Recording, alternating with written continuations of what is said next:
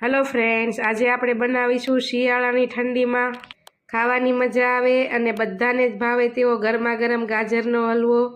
શિયાળામાં જે દેશી ગાજર એકદમ લાલ ચટક આવે છે તેનો હલવો ખૂબ જ સરસ થાય છે। ગાજરનો હલવો બનાવવા માટે 2 કિલો જેટલા ગાજરને પાણીથી બરાબર સાફ કરીને ધોઈ લેશું। પછી તેની છાલ ઉતારી ફરી પાછા એક વખત બરાબર સાફ કરી લેશું અને પછી ખમણીથી આવી રીતે જાડા ખમણી લેશું। પછી એક પેનમાં ઘી ગરમ મૂકી ઘી ગરમ થાય એટલે ગાજરનું ખમણ તેમાં એડ કરીને તેને બરાબર મિક્સ કરીને ઢાંકીને 5 મિનિટ માટે મીડિયમ ગેસની ફ્લેમ ઉપર ચડવા દેશું। ઢાંકીને ખોલીને જોશો એટલે એકદમ સોફ્ટ થઈ જશે અને ક્વોન્ટિટી પણ ઘટી જશે। પછી તેમાં 1 લીટર જેટલું દૂધ એડ કરીને હાઈ ગેસની ફ્લેમ ઉપર 5 મિનિટ માટે ઉકાળીશું। દૂધ બળી જાય એટલે તેમાં 1 કપ જેટલી ખાંડ એડ કરી બરાબર મિક્સ કરી કટ કરેલા ડ્રાયફ્રૂટ એડ કરીશું।